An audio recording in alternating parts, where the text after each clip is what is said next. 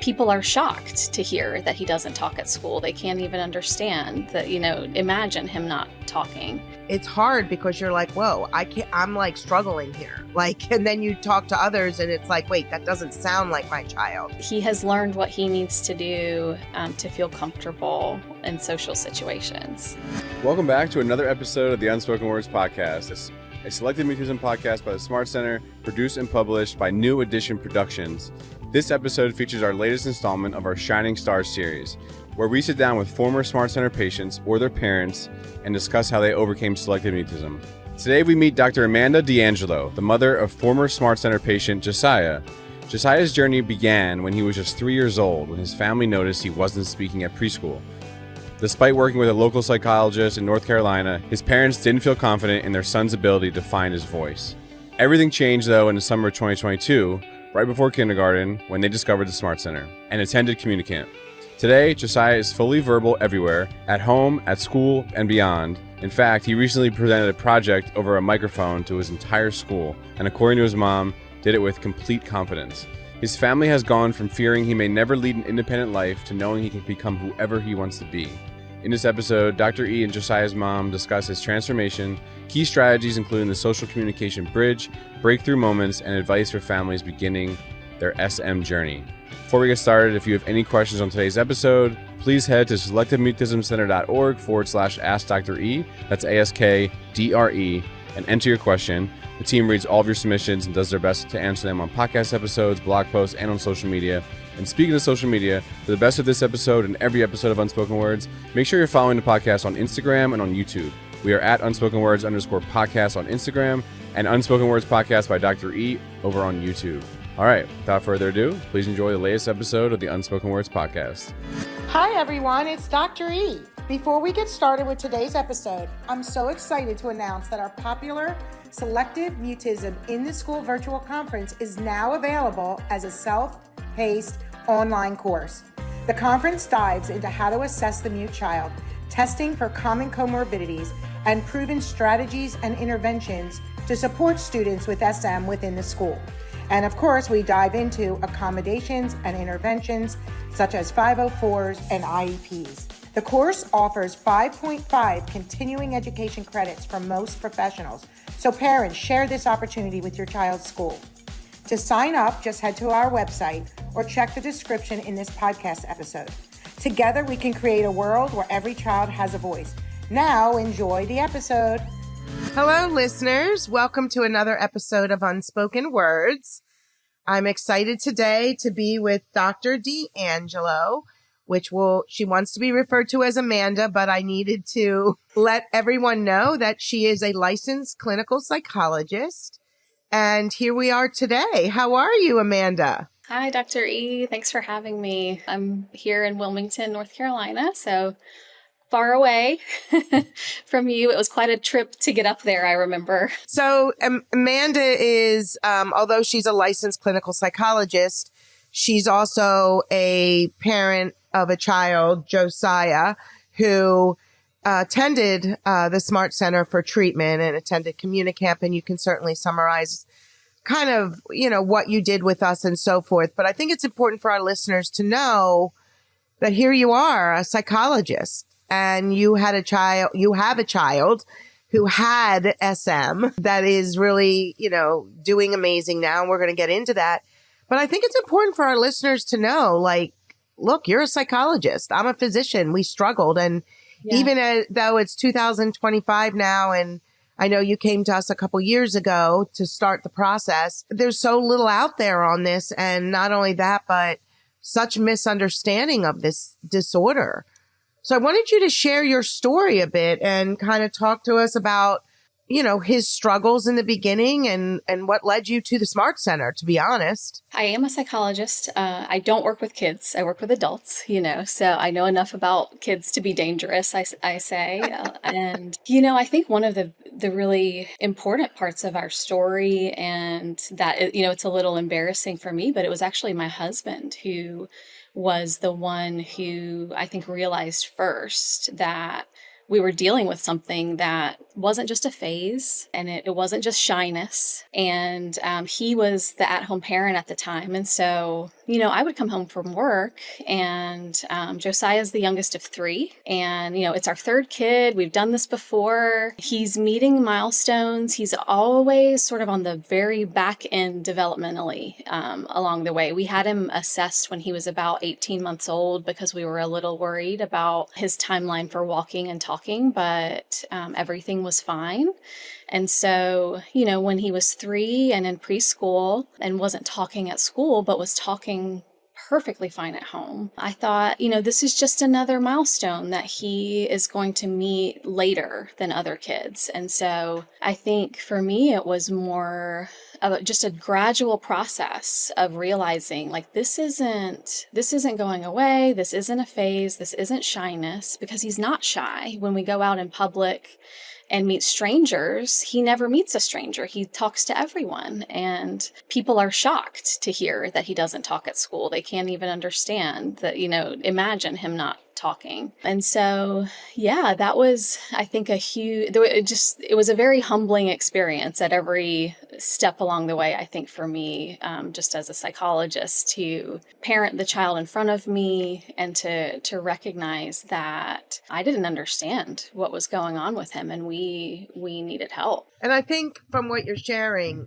perhaps being a psychologist, you're like, wow, I needed to know this. How come I don't know this? But I think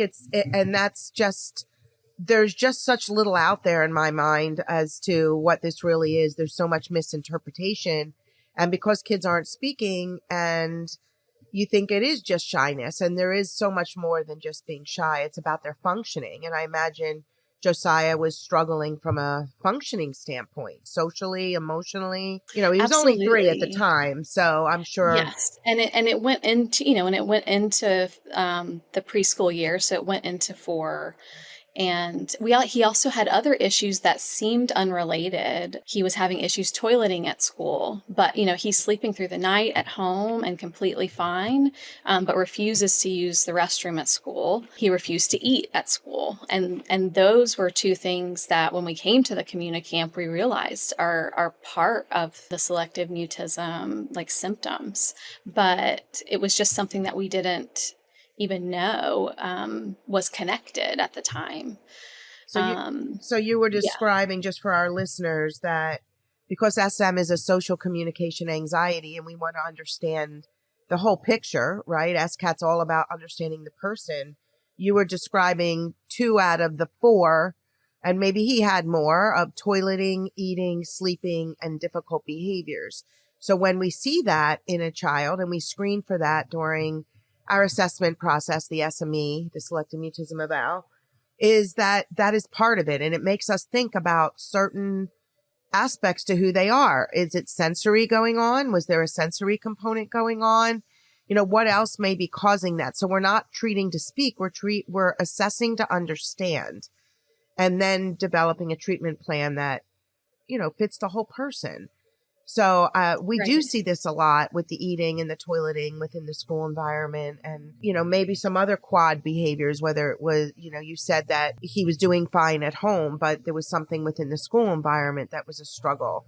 So I just want our listeners to understand, not all children have every one of these possible quads, one of the 4, but we do see it. And when we see it, we need to address it through treatment, helping at home if it exists, and then developing school-based accommodations to help the children and interventions, because we do see kids in high school that don't eat and don't go to the bathroom, and that is not a good way to go through school. Oftentimes, too, his behaviors, especially within the school environment, were viewed as defiance. That he was being defiant. He wasn't following instructions, and it was a process for us as parents, too, to realize that this wasn't coming from a place of, like, pushing back. It was coming from a place of anxiety, and that we couldn't meet it head on the way you do in a disciplinary way, that we had to calm him before he would be able to engage in any environment. So no, this is all very helpful. And I think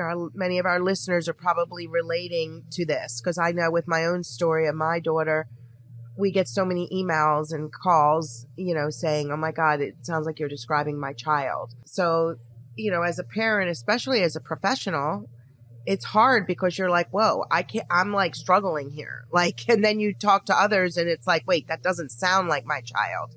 So I think it's really important that for our listeners that you know your child best, and hopefully finding a clinician to support you that has that understanding. So you mentioned working with local psychologists, and by no means am I asking you to share names, but what was that approach that made you feel it didn't resonate? We had a very good experience with the psychologist here in town. She was very accommodating in terms of assessing Josiah.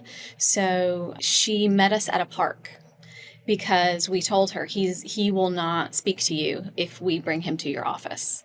And so, but we told her if he's outdoors and if you're like just a random stranger, he'll talk to you. And so that's what we did. We set it up that she was sort of like this nice lady that he met in the park that he chatted with. And she did a wonderful job of assessing him. And then she met us at our home, and you could see a shift there. So he still was verbal with her, but pulled back a lot, and had some of those behaviors where he didn't want to follow instruction. His volume was much softer, and the longer she was there and the more he sort of put it together, like, this was a trick, you weren't just a nice lady that I met. He began to treat her more like an authority figure, like he did his teachers at school. And so we had a great experience assessing him. I think she did a great job recognizing that it was selective mutism and not any of the many other things it could have been. But it wasn't her specialty area. Right. And there wasn't anyone in town that this was their specialty area. And so was he about 4 at this point, or was he? At this point, it's like the spring of his pre-K year, and he's 4 years old. And let me see, he probably turned 5 in December. And so this would be the spring after that. So how old is he now for our listeners? He's now 8. Okay. And will be 9 in December. Yeah. So was there an effect with COVID that made, the adults and authority figures a challenge for him? Absolutely. Yeah. Absolutely. So it's interesting that you brought it up because about like how he was with authority figures. I have found in my practice that we see a lot of kids, or had seen, it seems like it's evening out now. It's getting, because some of the 3-year-olds, or 4-year-olds that we're seeing, that's where we're seeing it, where it's like, don't go, 4 years ago was COVID, right? Yeah. 5 years ago was COVID, and then lasted 2 years basically of don't go near that person, stay 6 feet, be careful. Absolutely. And so we did see this kind of difficulty with adult figures, almost like afraid. And very, very over-connected to parents because that was their safety measure. Don't go near them. Stay 6 feet. And then the mask, which protected their face. And so seeing facial expressions, it's like you're looking at people through their eyes instead of seeing that welcoming face that invited children to be okay with them. Instead, they saw eyes. And then if you didn't have interaction with peers, we saw it with peers. But the biggest influence was adults, and the inability to even engage with a lot of adults that these children didn't know. So was there an effect with that, do you feel? Absolutely. I even sort of think that COVID was part of what initiated his mutism, that Josiah is very smart. And so when everyone's masked, you can't really understand anybody, right? Fully. And so I think that enabled him to use gestures and for that to be the norm, so that he's wearing a mask and he learned how to point at things and to communicate non-verbally so that he didn't need to speak. And so I think that was a big part of it. I also do think that added to his anxiety, that he couldn't read other people's facial expressions. He couldn't understand them clearly. His preschool teacher talked about kind of getting in the corner with him and having him pull his mask down. Just to try to get him to talk to her. But as we know now from the Smart Center, sort of the harder you press in on that child and try to get them to speak, the more and more they're going to withdraw and shut down. Yeah. And so we didn't know that the things we were doing were making it worse. Right. No, that totally makes sense because maybe the comfort, the connection wasn't there. And then we were pushing to speak too quickly without realizing, wait, if we just take a step back, build that connection, build that comfortability that will help. So, take me back to the time you attended Communicamp. That was your first experience, right? So Right. what were some of the moments you thought, wow, this makes sense? It's always interesting for me to hear this. What was it about Communicamp that stood out for you? Well, so, like I said, I'm here in Wilmington, North Carolina, but I'm a psychologist, and there's something that my kid needs help with. And so I'm going to find, and there's no one locally. So I'm going to find like the best place that I can find for him. And so I went on Dr. Google and just searched and searched and searched to try to find the right fit. And I found, this camp for kids with selective mutism that, he could do the summer before he went into kindergarten. And it was, the stars aligned for us. And we went through the assessment process. It was very thorough, and it helped us to realize that it wasn't just mutism, but that he also has social anxiety. And so those two things were really working against him. And then, we got to the Communicamp, and I always joke with people that it's the quietest camp you'll ever go to, so it's full of kids, and you walk by the classrooms and they're full, but they're very, very quiet. At the start, at the beginning. And yes, at the beginning. Yes, the very beginning, sure. The first night is a lot of quietness, but it really changes. And I think that's true for the parents too. Yes. When we first get there, we're all sitting there terrified, and then you start looking around at these people that are going through the same thing you're going through, and you've never had that before as a parent. Like this feels like such an isolating issue that I don't think it's all that rare, but I think it's rarely diagnosed. I think it's rarely understood. As we've been through this process and we've shared with people what we've gone through, I can't tell you how many people have said, I think that my child might be going through that too. And so, so that was a huge part of it, was the connections that we made. In terms of the camp itself, one of the things that was really moving as a parent was the patience that these clinicians had with my child, because it is exhausting to have a child that refuses to walk through the door of the classroom. Right? It's exhausting as a parent. It's exhausting as a teacher, but they weren't exhausted. They knew what they were getting into, and they met him where he was. In his class, in the Communicamp, he was the last one in his class to speak. And he even, he was whispering outside on the playground to a friend. So that was his crossing of the bridge. And it took until the very last day of camp for him to do that, just to give you a sense of how significant his mutism was. They used props. So the telephone was one of his favorites. So to have something for him to be able to speak through instead of having to directly speak to someone face to face. And we learned about the communication bridge, which was, that was life-changing for me, for us as a family. I learned so much from that. And then I brought it home with us, and I taught it to every person in his life, because it helped. It was like this mystery that we just decoded, and now it all makes sense. Well, and I love hearing this, because everything you're saying is exactly what I want families to feel. Like, there's a couple things you said. You said to me about how it was quiet in the beginning, right? And understanding that that's not, did you speak, are you going to speak, but just accept where they're at to help them feel connected. But with adults, one of the things I say the very first day on Saturday morning when I start to speak, you come Friday night for comfort and connection,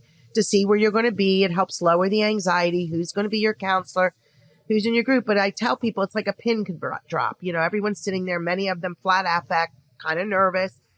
But usually we set you up for lunch, you're connected. But as the days go on, as the hours go on, and we come back after breaks, it's like, we got to get you to, hey guys, calm down. Hey, I'm here. Whoa.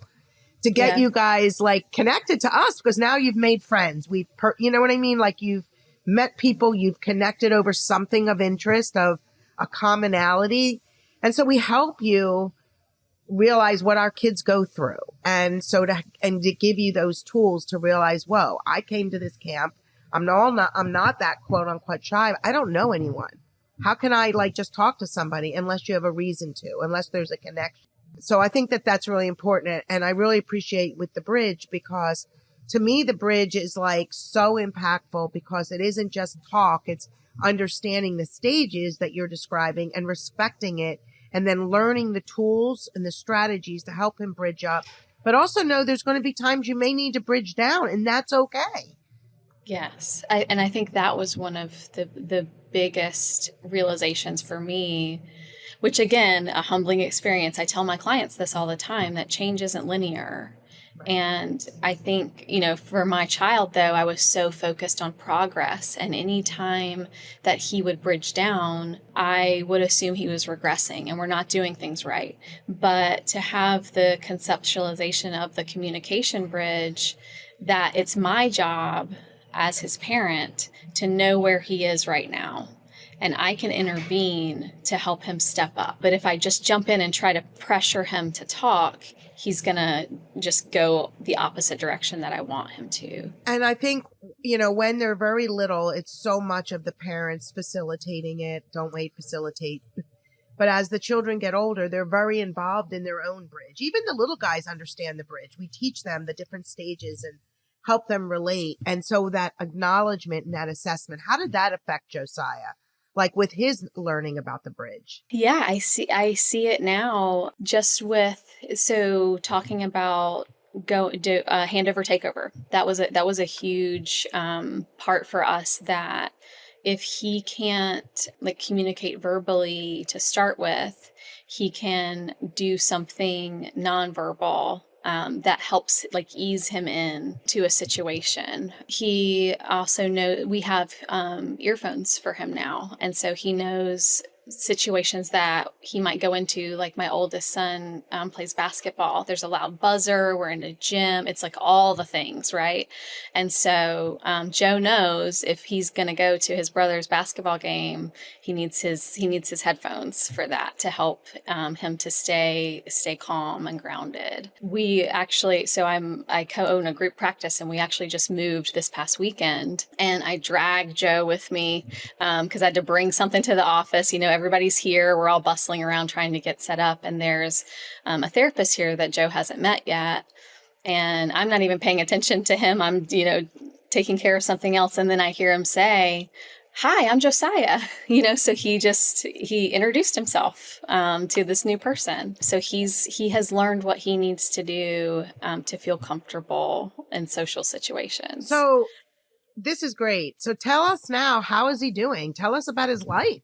Now that you told us about the background and kind of your thought process and part of your journey, what's he doing? He's doing great. He is into swimming. He just finished magic camp for the summer, and he is going into second grade now. We actually ended up repeating first grade, which was a great move for him and helped him to build his confidence. And he, toward the end of the school year, the whole reason that I sort of reached out and completed the form for the Shining Star was they had a project in his class where they were presenting on the different planets, and he was Mercury, so he went first. And I sent the video in just for everybody at the center to see, because it is just, you can't watch it and not tear up. It's just so incredible. During the day, Mercury is very hot. Its temperature can reach 800 degrees Fahrenheit or 427 degrees Celsius.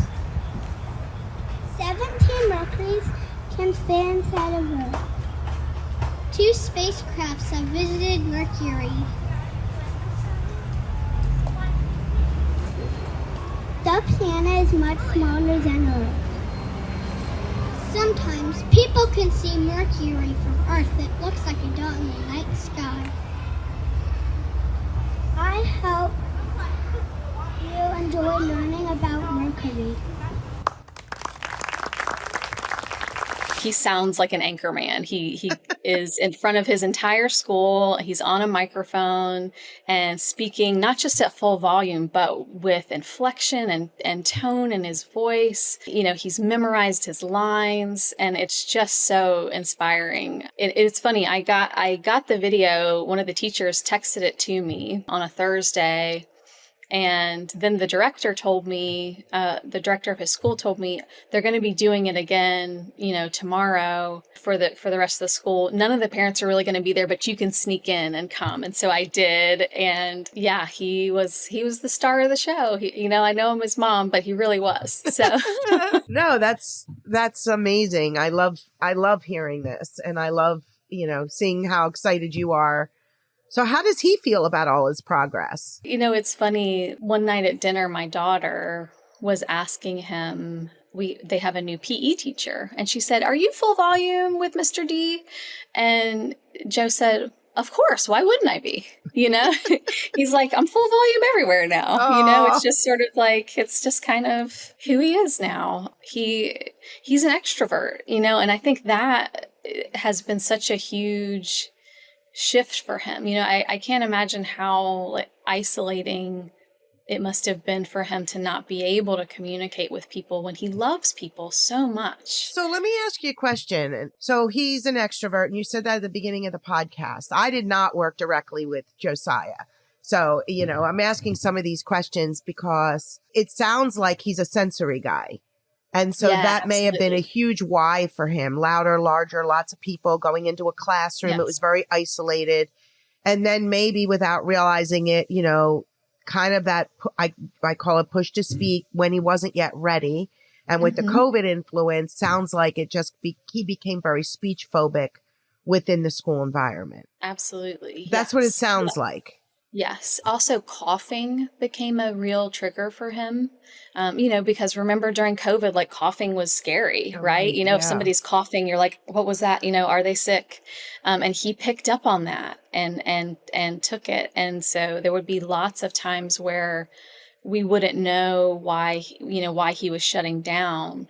But someone had coughed and we hadn't even realized it, but he heard it. Do you realize how many, and you may not, because I don't even think our listeners realize this to the level, but I have so many kids that I've worked with who have illness phobia, and it all stemmed from COVID because people were sick and people were dying and really, really sick. And our kids witnessed that, some closer than others to it, but they heard it on the news and we were shut down and we were, 6 feet away and we couldn't be around people. And if you were sick and this, that. And so I have quite a few that really still have struggled with that. So when I see them, like things like you're saying with the cough or somebody in the classroom is sneezed, it shuts these children down. So it's interesting that you just brought that up. And I just wanted to share that with you as a doctor, but also for our listeners, that if you have a child that has an illness phobia and they're in that range where, COVID was like they were young and trying to figure things out,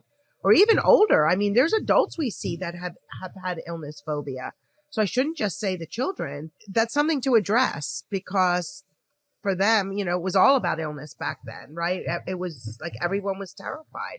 Even now, one of my daughters has a cough. It's like, does she have COVID? It's like, first of all, COVID's not a big deal right now, but it's like almost like the common cold, but oh my gosh, does she have COVID? It's like, she just had a cough, she swallowed, her drink a funny way and she's coughing. So people still have that reaction. Right. And I had to realize too, this is something I say to my clients a lot, again, is anxiety is contagious, right? Yeah. And I had to realize as a parent that some of his anxiety was coming from me, that, I, as a parent, was worried about my kids staying safe in COVID. And I, worried about my parents, worrying about, the folks in our lives that were at risk. And so I had to work on my own anxiety around those things so that I could show him that it was safe and that he wasn't activated anytime we went out in public or anytime someone showed signs of illness. No, you're absolutely right. And I appreciate you bringing that up because I do think that children, they do without realizing it, they're sensing, and parents without realizing it are projecting their own fears and worries. And I've seen that, very clearly. And you have to have these tough conversations with parents to say, but look how you're viewing this. Look what you're saying. An example I give is the parent that's going to take their child to the dentist, something that we all have to do every 6 months, right? But the worry and fear of that parent with their child going to the dentist and saying that in front of the child, or the worries they may have of their child's selective mutism, and are they going to make friends in school, or, you have to really be aware of what is it you're saying and doing that may be projecting increased worry and fear in your kids. And so I appreciate you bringing that up. I really do, because we're human. Yeah. Well, and this reminded me of something when we left Communicamp. We were coming out of the pandemic, right? So we went from total lockdown, and then no one went back to normal life immediately. And so many of the interventions that they talked about in Communicamp involve you going out in the community and being around people. And so, my husband and I, we had a talk about, we order our groceries online. We don't go out to restaurants. We get takeout. Everything that we buy, pretty much we order. And so we realized that we had become really isolated and hadn't fully reintegrated back into the community. And so we had to make conscious decisions about going out and taking the kids with us, having them order for themselves at a restaurant, those kinds of things, just to be out and about in the community. Hey listeners, we'll get back to the episode in a second. I want to tell you about Communicamp, our popular 3+ day intensive group treatment and all-day parent education and support program designed to help parents, children, and teens overcome selective mutism, social anxiety, and extreme shyness. Over 3+ action-packed days, your child or teen will engage in immersive activities guided by expert clinicians that build confidence and communication skills in a supportive, fun, and collaborative environment. Spaces are limited and spots book up fast. To learn more, please find Communicamp in this episode's description or head to communicamp.org and complete our interest form, and our team will be in touch. Let's help your child or teen find their voice at Communicamp. Let's get back to the episode. I mean, think about it. If you have an Amazon Prime credit card, right, you already save 5%. If you do subscribe and ship, you can save up to 20%. Plus the credit card, right? Why would you go to a store? Right. It's cheaper to order Amazon. It's quicker to order Amazon. I mean, I laugh. Sometimes I'll order something in the office, Amanda, and by the time I get home at 6:00, it's at my doorstep. It's there, right? Why would I go to a store and deal with that hassle? But, so and then the same with takeout. And you don't have to call a restaurant to make a reservation. You do Resi or, Open Table. You go online. You don't need to interact with humans much. And no. I want our listeners to understand, you cannot become a confident social verbal communicator and have those skills and know-how without having experiences. You cannot. So imagine having a family come to the Smart Center that said, I've decided to homeschool, and I am not against homeschooling. But what I am against is lack of social communication opportunity. So if you do homeschool, you've got to have plenty of social communication opportunity, because you have to. You need to learn. You need to have debates. You need to have conflict resolution. You need to be able to have give, take, back, forth of conversation and interact with people. If you aren't going to stores, if you're not going much to restaurants, if you're not going too many things other than big, loud, large places on occasion, your child's going to continue to struggle. So you've got to figure out, how do you work this into your life? So again, I so appreciate you bringing this up, because you have to literally sit back, and we do this with families. Sometimes it's like, I didn't have any opportunity this month to work on anything. Well, let's step back. Did you go out to the store? No. Did you go? No. Did you have friends over? No. Let's talk about how we can integrate this into your life. So it sounds like when you left, because I know we drilled this into everybody, you've got to figure it out that you really did. Because look at him now. Yeah, it's been a journey, right? And it's taken, we leave Communicamp and then everything went well. You know, course, it was a it's process. been a course of years that has happened. One of the things you talked about at Communicamp was medication, and so a little over a year ago, we decided to try medication for Josiah. And I, you know, in my own practice, when I talk to clients about medication, I first of all say, you know, it's up to you what you decide to put in your body or not. And I also like to try behavioral interventions first. But if we get to a ceiling where we're doing everything we can in the environment, and I still think that your life could be better, I'm going to bring up the possibility of medication. And so we sort of reached that point a little over a year ago with Josiah, and, you know, having heard you speak about it, helped sort of put that on my radar. And it was a dramatic difference. It was a life-changing difference for him. And I do think that a lot of what we have seen, we did a lot of kind of that foundational prep work. And then we introduced the meds, and he just soared after that. It was a huge turning point for him and for us as a family. No, that's wonderful that you were able to kind of figure that out. And that I always say it's an adjunct in the process. Not everyone needs it. So Right. How you talked about his presentation. Tell me about his interaction with peers now. Night and day. So, you know, before he was very isolated, you can't make friends if you're not talking. And it gradually shifted where he would go to play dates or birthday parties, and his friends would see him talk outside of school and then would be confused why he wasn't talking at school. And it gradually shifted. You know, outside on the playground was really where he started taking those bigger risks. And there was a big turning point for us where Coach Tyler was the PE teacher at the time, and the staff all laughed that, like, Coach Tyler gets on his walkie-talkie and tells, like, everybody in the school, like, Josiah is outside screaming on the playground, you know, like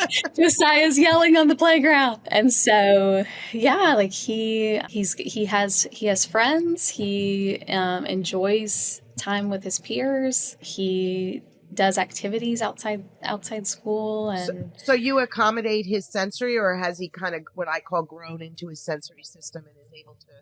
Because I can't, there are certain individuals that just lack of, because especially when you were sharing about COVID, that kind of opportunity, they need to be desensitized, right? So Right. It sounds like after camp, you did a lot of that, a lot of desensitization and work with the buddy process. And so what did you do specifically after camp for treatment? Like how did you follow through? Well, so I will tell you, I know you don't remember this, but a big turning point for me was at the end of Communicamp, where there was an ice cream party. Yeah. And we're all outside, and you actually served Josiah. And so we, come up to him, to you, and I watched you do an intervention with him, and I think this is kind of where, like, being a psychologist really worked for me. Yeah. And that I knew we lived far away, and so that we weren't going to be able to come on a regular basis. And so, and I know I've done some behavioral intervention before myself. And so I watched you and what you did with him, and just how, you were very calm and nonchalant about it. And you would ask him, you would pause. If he wouldn't answer, you'd say, "Tell mom." And eventually he was kind of whispering to me. And there was one point where you were able to hear him talk to me. And so then you were like, "Oh, okay." I repeated without eye contact. Yes. That's a really powerful intervention. One of the things that I feel that some people don't understand is that powerful nature of the verbal intermediary. If you can ask a question, and we train parents to re-ask it, or we train teachers through interview games, or just how they question, and family members. If you could just say red or blue, no answer, red or blue, tell mom, and we can train people to do that. Or if it's a waiter or waitress or somebody, you have to say this or that, tell me, and you allow them to start to use their voice towards a safe person, and you repeat that over and over. They get loud enough to be heard. That selective mutism triangle. And eventually, and I always train teachers, repeat with that eye contact. Just matter of factly, okay, read. And then that it's such a powerful tool that I don't think people realize that direct speech to people is often very difficult. It's not always, it can happen simply by even a choice or a direct question. For some, it can happen that way, but for many, it can't. And so what do? You either failed or you spoke. And the right answer is no, you don't fail. You just bridge down so the child can still feel successful.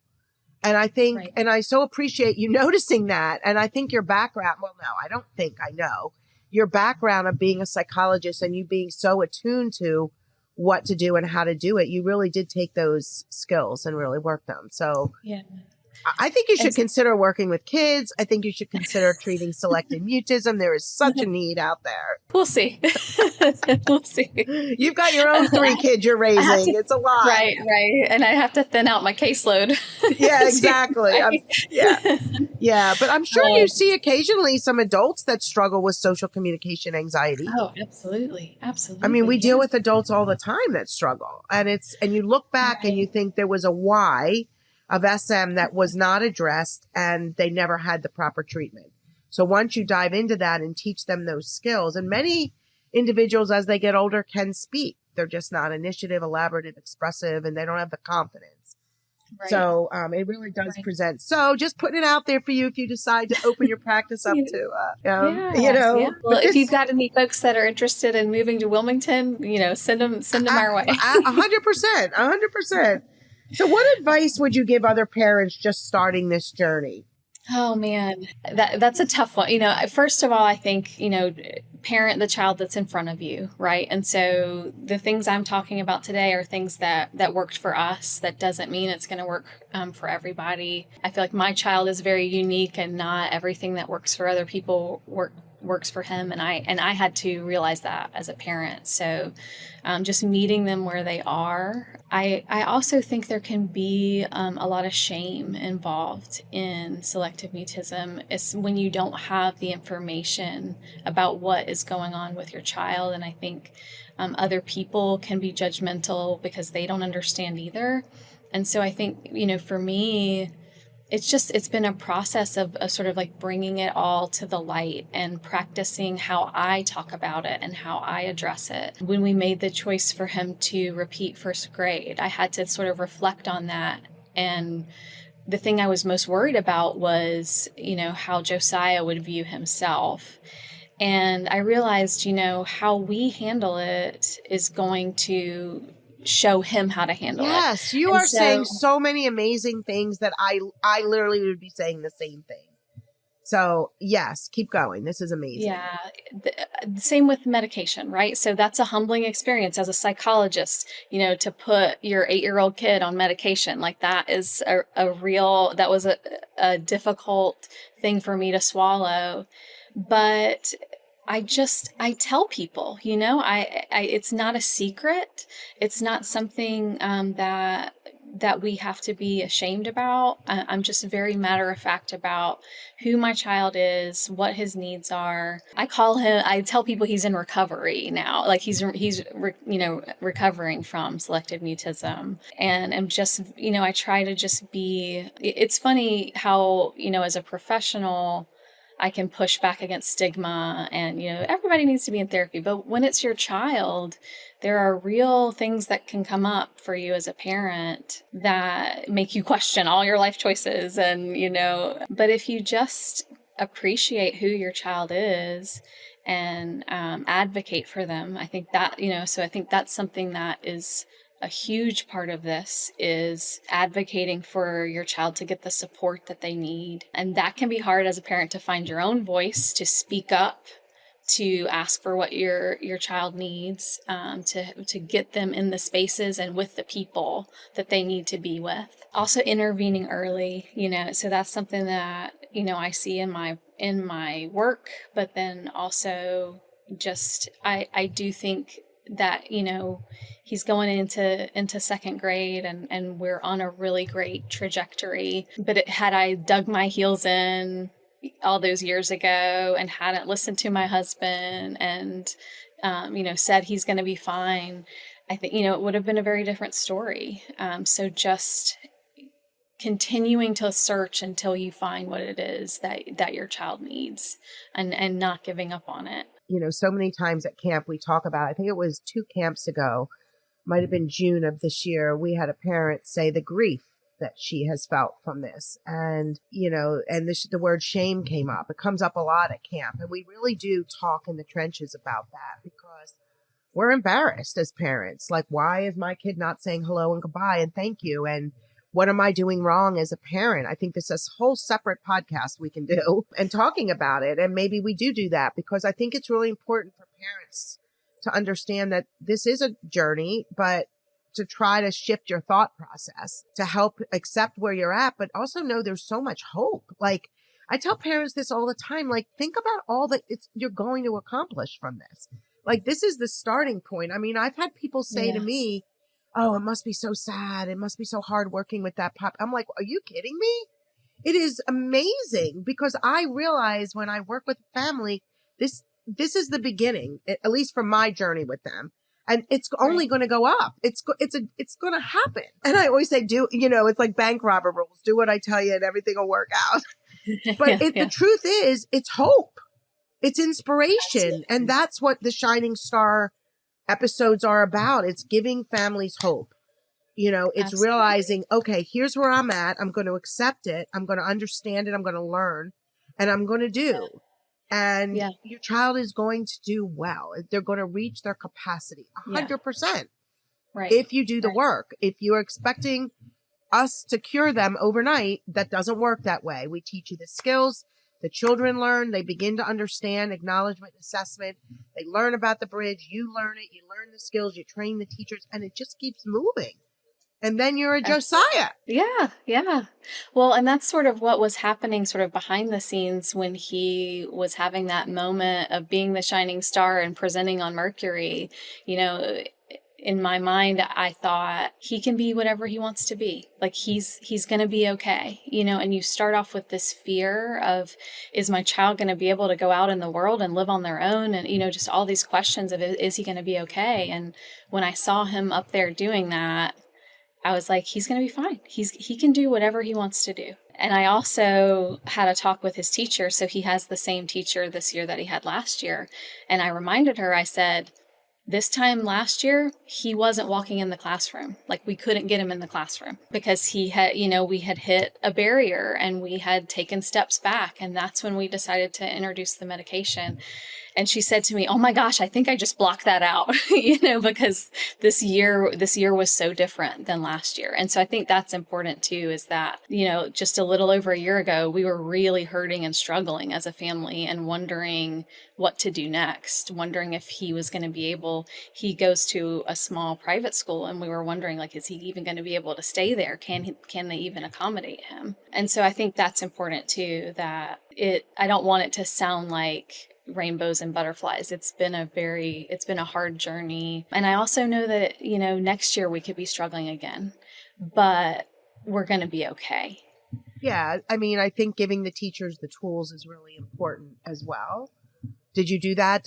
I guess you met with them or? Yeah. So Jennifer, actually, we did one of the coaching sessions with Jennifer where we did FaceTime with her. And it was so basically all of the teachers from his school who interact with him were there. And she did an amazing training with them where she taught them the communication bridge. I had already given it to all of them, but, you know, she did a wonderful job of explaining it and addressing their questions. So that was something that, you know, I figured out that we could do in another state, was get the consulting and that was huge for the teachers to be informed around what he was needing. So that was a great resource for us, for sure. No, for sure. And, you know, the nice thing now for families, I mean, you're a psychologist and you did so much of this and he's doing unbelievable, but there's so many families out there that they don't have local professionals that they're working with, that they, you know, that the progress is being made, or there's just no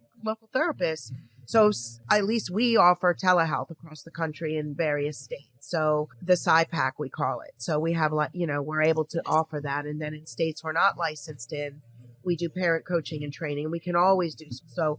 for our listeners, finding a professional to help guide you, because kids should not stay stagnant. They should continue to make progress, some quicker than others, as you're dealing with different whys in their life, meaning like what else is contributing to the social communication anxiety, that it's not just get comfortable and voila, the children just start to speak and are like confident, but working on their independence, working on their self-confidence. These are all areas too that we have to help kids with too, because they become very dependent. And I notice that's a big area that we have to work on with them often, is helping them find those areas of interest and really thriving in those areas. It builds their confidence that fuels everything else. Right. Yeah. And, for Joe, that's swimming has been a huge help for him. He actually he has an amazing OT. So he had some infant reflexes that hadn't integrated properly. So that was part of his sensory issues. She's a psychologist and doesn't know it. Like, she's just remarkable, and comes to his school. She is the first person that he spoke to other than family. She started with him in January, and it took her until September for him to speak with her. But she did it, and now she's one of his most favorite people on the planet. So that was a huge part of his journey as well. And she recommended swimming for him, and so swimming is just so helpful for his body and his mind. He has friends on the team. He gets in trouble doing things he shouldn't be doing, so he's kind of a clown. Yeah. His true personality. Absolutely. Yeah. I'm looking at all the different topics we were going to talk about, and we integrated so much of it within the conversation. This has been great, inspirational. Any last minute words? I think we've, I had some notes, and I think we've covered most of it. I really appreciate, just letting me come on, and I'm very grateful for you and the work that you're doing. It really has, changed the trajectory of our lives as a family. Oh, thank you so much. It means a lot to hear that. I just see this so much as being able to, kids, teens, they can overcome this. They can find their voice. They can lead amazing lives. And the key is just to trust the process, as we say, and thank you for trusting us to help you in your journey. And I'm so excited. So keep us informed. And if ever, the Communicamp panel, I think we usually do it on the second day of camp in the morning. Being on that panel is something at camp that family, through telehealth, is something that we would love to have you. And even Josiah one day, maybe he would come on there, because it's parents at camp love talking to other parents and asking questions. And yeah, it's wonderful. So if ever you want to do that. I would love it. Yeah, I remember that panel from when we went. It was very And we do have families that can't travel, so they do it through telehealth and some in person. But I'll let the team know. And if Josiah wants to be there and, just with you or answer any questions, he's welcome to be there. We encourage that. But thank you so much, Amanda, Dr. D'Angelo. Yes, thank you, Dr. E. I really appreciate this, and so you're doing good work. It has changed our family, and I know it's changed others too. So thank you so much. Thank you for your time. Say hi to Josiah for us. I will. Thank you so much. Yes, thank you.